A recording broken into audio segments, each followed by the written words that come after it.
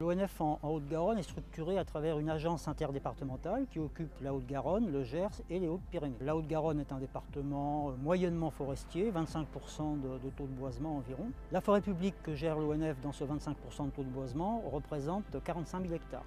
45 000 hectares donc sur environ 130 000 hectares de forêt en Haute-Garonne. Nous gérons donc la forêt publique, la forêt communale et la forêt domaniale, les forêts communales, les forêts domaniales, qui sont situées pour la majorité en Comminges, dans le sud du département, avec malgré tout une grosse forêt emblématique, la forêt domaniale de Boucaunes, à proximité de la métropole de Toulouse.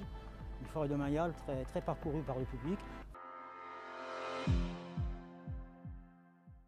Alors, l'Office national des forêts met en œuvre une mission d'intérêt général confiée par l'État, une mission d'intérêt général défense de la forêt contre l'incendie. Jusqu'en 2022 et l'arrivée des feux massifs, principalement en Aquitaine, mais aussi sur la zone méditerranéenne, cette mission d'intérêt général s'étendait sur les départements qui jouxtaient la mer Méditerranée. Depuis 2023, l'État a mis des moyens supplémentaires à disposition de l'ONF, d'une part en étendant la superficie de la zone en question, d'autre part en proposant et en finançant des moyens à l'établissement pour être, je dirais, départ des feux, quelque part, en termes de prévention, d'anticipation et d'intervention immédiate sur des feux qui pourraient naître dans certains massifs. C'est le cas de la forêt de Boucaunes, forêt sur laquelle est équipé un patrouilleur chargé de 600 litres d'eau qui a pour vocation donc d'éteindre les feux naissants et conduit par des ouvriers et des personnels de l'établissement, conduit pour faire de la prévenance, rencontrer le public, lui demander d'éteindre son barbecue ou sa cigarette, éteindre les feux qui pourraient naître sur un véhicule qui se situerait sur un parking.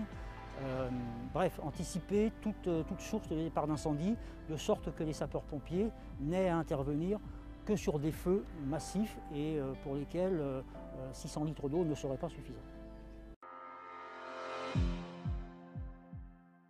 À compter du 10 juillet, mes 3 collègues patrouilleront 11 h du matin jusqu'à 19 h tous les jours jusqu'à la fin du mois d'août. Quand je dis tous les jours, c'est 7 jours sur 7. Ils sont 3.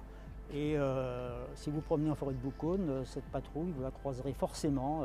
Elle stationnera sur les parkings pour aller à la rencontre des gens, distribuer de la documentation, faire de l'information. Et nous espérons le moins possible pour éteindre les feux. Elle circulera également à l'intérieur du massif, sur des pistes, sur des routes dédiées à l'exploitation forestière et dédiées au passage du public.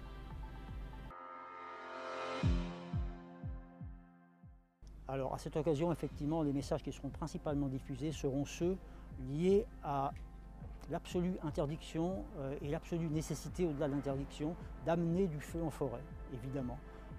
En période estivale, le feu en forêt, la moindre étincelle peut être ravageuse. Le public, même sans le vouloir, peut être amené à commettre des actes qui peuvent avoir des conséquences colossales pour le massif, colossales pour la biodiversité, colossales également pour la population qui pourrait se retrouver prise dans un incendie de forêt.